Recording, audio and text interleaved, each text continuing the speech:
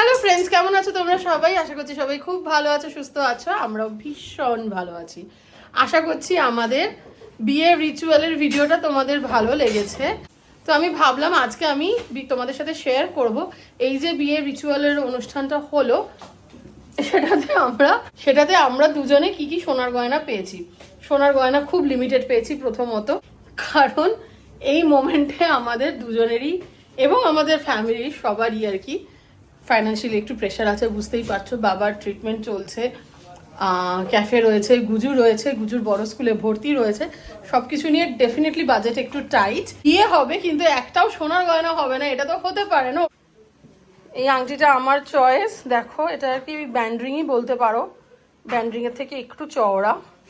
আর ও একটু বড় মাপে নিয়েছে, এই আঙুলেও পরতে চাইছে না, কারণ দুটো হাতেরই এই আঙুলের মাপে ওর দুটো রিং রয়েছে, তাই জন্য ও এই আঙুলের মাপে এই রিংটা নিয়েছে। এটা হচ্ছে ওই সম্প্রদানের সময় যে আংটি দিতে হয়, মানে একটা সোনার কিছু বোধহয় দিতে হয়, তো এইটা আর কি মা দিয়েছে। আর সম্প্রদান তো আমার কাকু করেছিলেন। আর এবারে দেখাই আমি কি পেয়েছি। প্রথম হচ্ছে এই রিংটা। এই রিংটা আমি অ্যাকচুয়ালি এই আঙুলে আমি একটা ডায়মন্ডের রিং পরতাম, যেখানে 7টা না 8টা ছোট ছোট এরকম ডায়মন্ড দিয়ে একটা রিং করা, ওটা হচ্ছে ব্যান্ড রিং। ওই রিংটা আমার না পরতে খুব ভয় লাগছে, খালি মনে হচ্ছে যে যদি ইয়েগুলো ডায়মন্ডগুলো পড়ে যায় তাহলে পরে অনেকটা লস হবে এবং তারপরে আবার বানাতে দিতে হবে। ওই রিংটা তো আর পরা যাবে না, কারণ একটা ডায়মন্ড পড়ে গেলেও সেই ডায়মন্ডটা তো আর ফিট করা যাবে না ওখানে, পুরো আবার ভেঙে বানাতে হবে। সেই জন্য এই রিংটা আমি নিয়েছি। এটা দেখো দু ধরনের পলিশ আছে, একটা হচ্ছে ম্যাট ফিনিশ আর একটা হচ্ছে একটু, মানে আমি জানি না কি বলে, বাট ওই আর কি, একটা গ্লসি একটা ম্যাট। আর এটা কিন্তু খুব কম ওয়েটের মধ্যে, মাত্র 2.5 গ্রামের মধ্যে এটা রয়েছে। আমার মনে হয় ডেইলি ইউজ করার জন্য এটা কিন্তু খুব সুন্দর।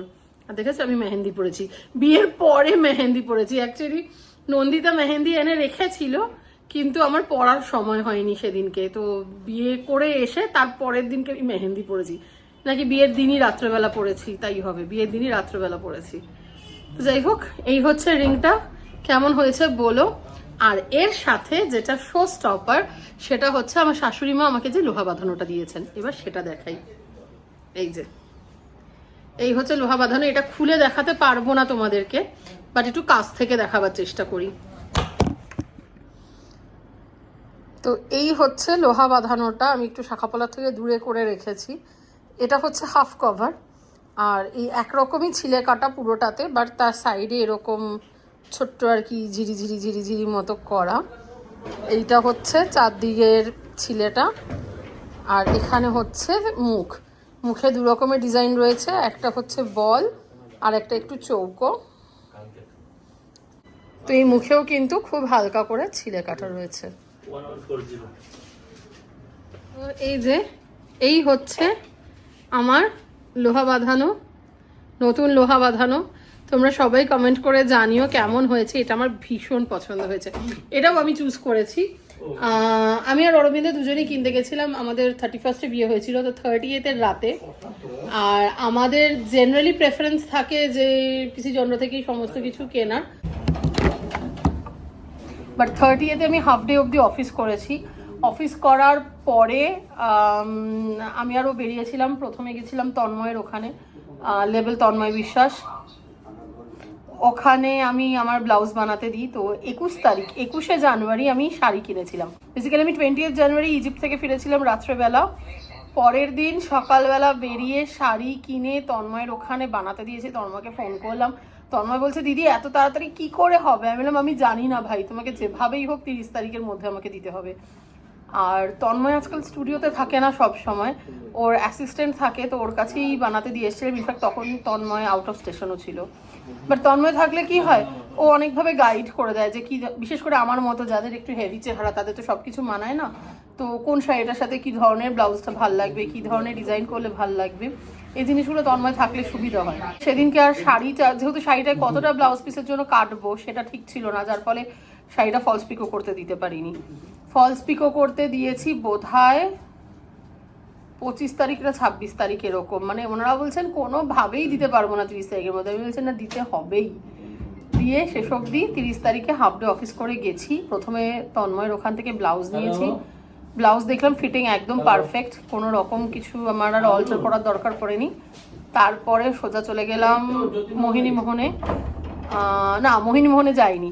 তখনই আমরা ভাবছিলাম যে মা বারবার বলেছিল যে সোনার কিছু একটা অরবিন্দের জন্য কিনতেই হবে। এবার সোনার কিছু একটা অরবিন্দের জন্য কিনতেই হবে। অরবিন্দকে আমি রোজ বলছি চলো চলো, অরবিন্দ বলছে না এখন আমাদের একদম খরচ করাবো না। দিয়ে লাস্ট মোমেন্টে মা যখন বলছে যে দেখো সম্প্রদান হবে, সম্প্রদানের সময় আমাকে একটা সোনার কিছু ওখানে থালাতে রাখতেই হবে, তখন বাধ্য হয়ে সেদিনকে ওই তন্ময়ের ওখান থেকে ফেরার পথে অরবিন্দ বলছে চলো একটা কিছু লাইট ওয়েটের মধ্যে কিনে নিই। এবার পিসি চন্দ্রে গেলে পরে না, সত্যি কথা বলতে অরবিন্দর এই রিংটা যেরকম তোমারটা 4.5 গ্রাম না 4 গ্রাম 800 এরকম না, 4 গ্রাম 800 মিলিগ্রাম মোস্ট প্রবাবলি, 4.5-এর একটু বেশি। এবার এইটা কিন্তু পিসি চন্দ্রতে আমি শিওর নই, অ্যাটলিস্ট বউবাজারে পেতাম না।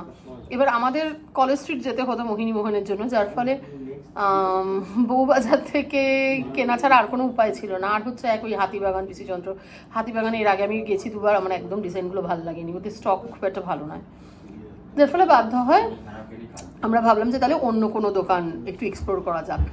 তো দিয়ে প্রথমে গেলাম গিনি ম্যানশন, না কি যেন দত্তগিনি ম্যানশন, সরি দত্তগিনি ম্যানশন। ওখান থেকে অরবিন্দ আর আমার এই রিংটা, এই দুটো আমরা কিনলাম। রিংটা আরেকবার দেখা, এই রিংটা আমার ভীষণ পছন্দ হয়েছে, এই দুটো কিনলাম। তারপরে আমার শাশুড়ি মা বললেন এই একটা লোহা কেনো রেডিমেড। এবার লোহা আমি তো বুঝতেই পারছো যা মোটা, রেডিমেড লোহা ছোটোখাটো দোকানে একদমই পাওয়া যায় না। এবার তাহলে আবার যেতে হতো পিসি চন্দ্র। এবার পিসি চন্দ্রের হাফ কভার লোহাও 10 গ্রামের কম কোথাও পাওয়া যাবে না, minimum 10 gram if not more, আমার হাতের মাপে বলছি আমি।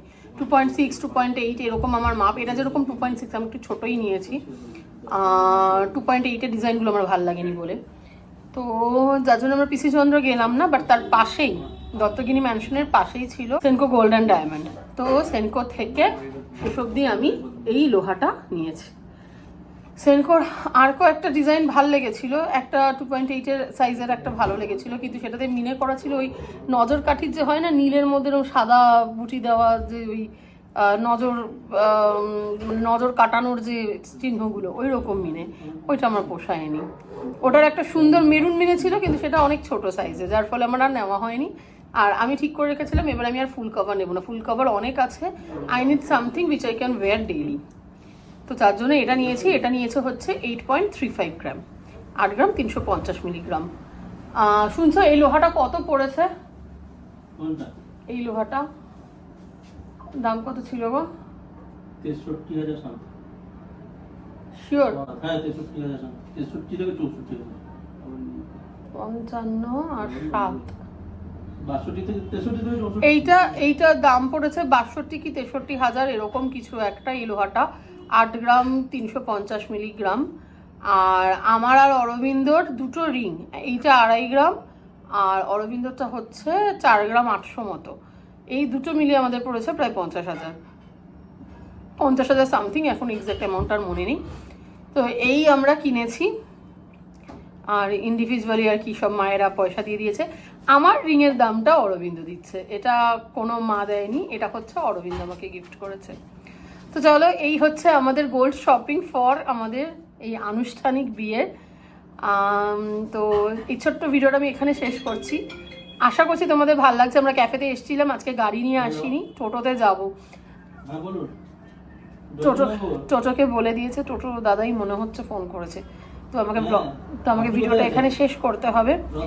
এই ভিডিওটা আমি এখানে শেষ করছি, আশা করছি তোমাদের ভালো লাগছে। যদি ভালো লেগে থাকে তাহলে পরে প্লিজ আমার চ্যানেলটাকে সাবস্ক্রাইব করো, আমার ভিডিওগুলোকে লাইক অ্যান্ড শেয়ার করো। বাট মোস্ট ইম্পর্টেন্টলি তোমরা সবাই খুব ভালো থেকো, take care, we love you all, by.